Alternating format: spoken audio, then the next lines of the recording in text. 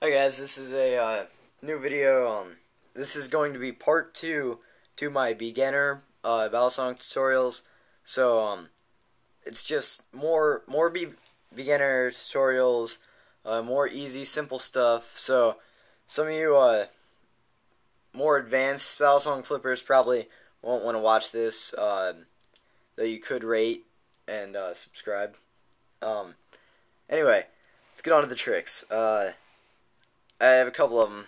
The first one that I'm going to teach, it's a little more advanced than the simple opening.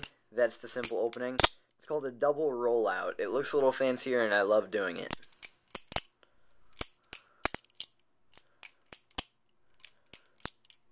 Crap. One more time.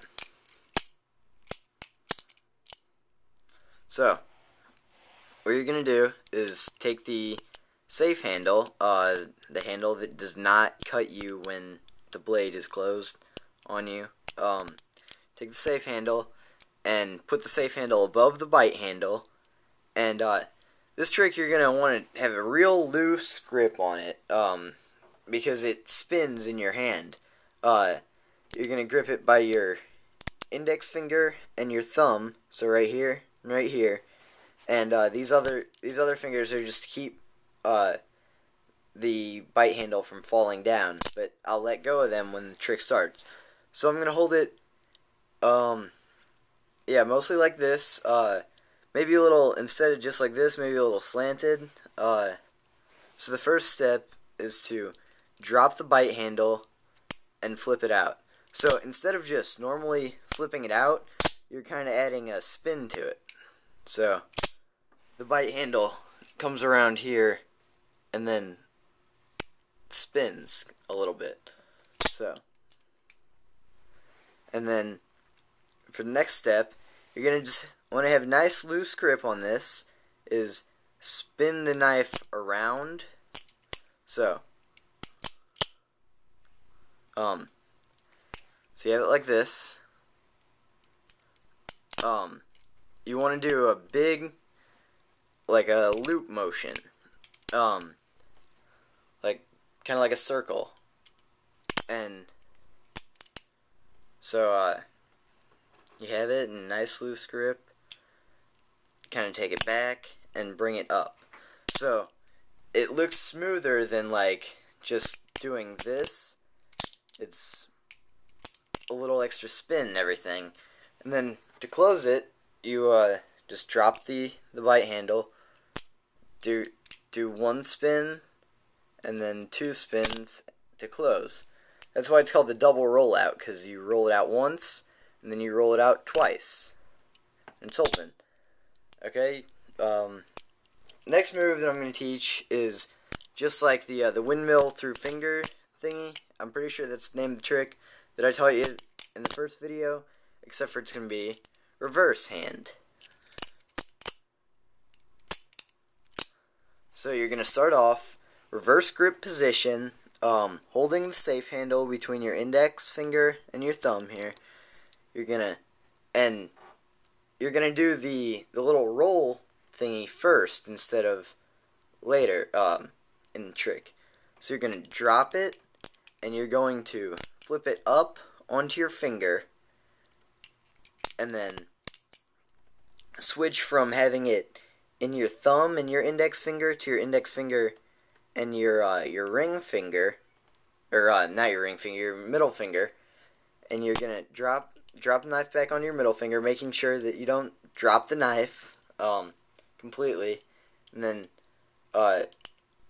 you get your fingers, you hold it like this and let the knife come to you. Kind of do a swishing motion thing. I don't know. Anyway, then to close it, you take your ring finger away, kind of put it on the other side where your other fingers aren't. Drop the bite handle, bring it back on your knuckles. Put your index finger here. Flip the knife onto your index finger, and then put your thumb back here. So you're holding it by your thumb and index finger, and do that same thing that I taught you in the first video, where you do that. Okay? So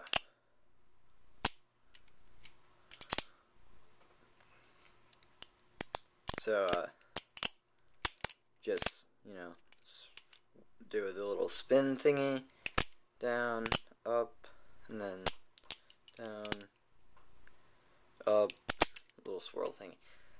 Whatever. That was a little confusing for me, talking to myself. The next trick that I'm going to teach you is more intermediate type of stuff. I'd suggest doing this with shoes on or kneeling down, and I would, you will drop this the first time, so I suggest doing it over a bed or something where you will not damage your knife. Don't do it near family members or people that you love or care about, because this thing can go flying. It's called a y2k, the first rollover that I have ever learned. It's the y2k rollover. What you're going to do is you're going to hold the bite handle first, and in one little circular motion, you're going to drop the safe handle, and right when it gets about here, not touching your thumb yet, but right about here, you're going to let go of the knife. It's going to spin, let's see, spin around your thumb, and you catch it by the safe handle, drop it down, and bring it up. So, you take the bite handle, explain it again, and instead of holding it completely 90 degrees, I'll hold mine maybe at a 45, or, I don't think it's a y2k anymore, but if you do it sideways, I don't think it's considered a y2k anymore, but I find it easiest at around a 45-degree angle, maybe 30, I don't know. Just experiment with different ways, see what works. And again, you definitely won't get this your first try. You gotta keep trying, you gotta keep practicing, and do not be afraid of the knife. So you're gonna take it, throw the safe handle out, and make it spin around your thumb, and catch it like this, drop it down, and bring it up. So the trick looks like this. It's a real flashy trick for beginners. And I'm not perfect at this trick. Every once in a while I'll drop it, and that's alright. And once you have mastered that, then while you're throwing it down, after it spins, now don't worry about this if you're a beginner. This is just helpful information. When you grab it like this, instead of bringing it down and up, when you have it like this, you can do like a little circle motion thing with your hand. So, and it's a lot fancier.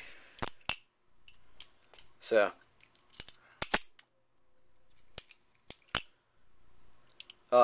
but again, don't worry about that if you're a beginner, because this trick is hard enough as it is.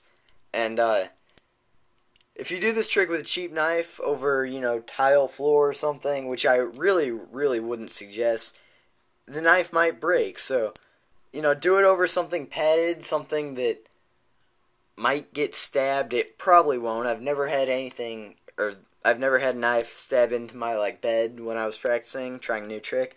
But just as a safety precaution, you may also, a good idea is to tape the blade. The best tape that I found is electrical tape, and you just put it over the edge of the blade, just one layer, maybe 2 layers, over the blade, like that, and the electrical tape will prevent you from getting cut. And don't use duct tape, because duct tape leaves this crap all over your blade, and it's incredibly hard to get it off.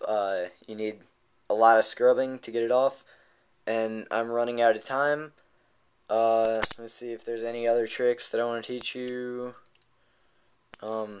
Nothing really, so, I hope you enjoyed this video. I hope it taught you a lot. Thank you for watching, and have a nice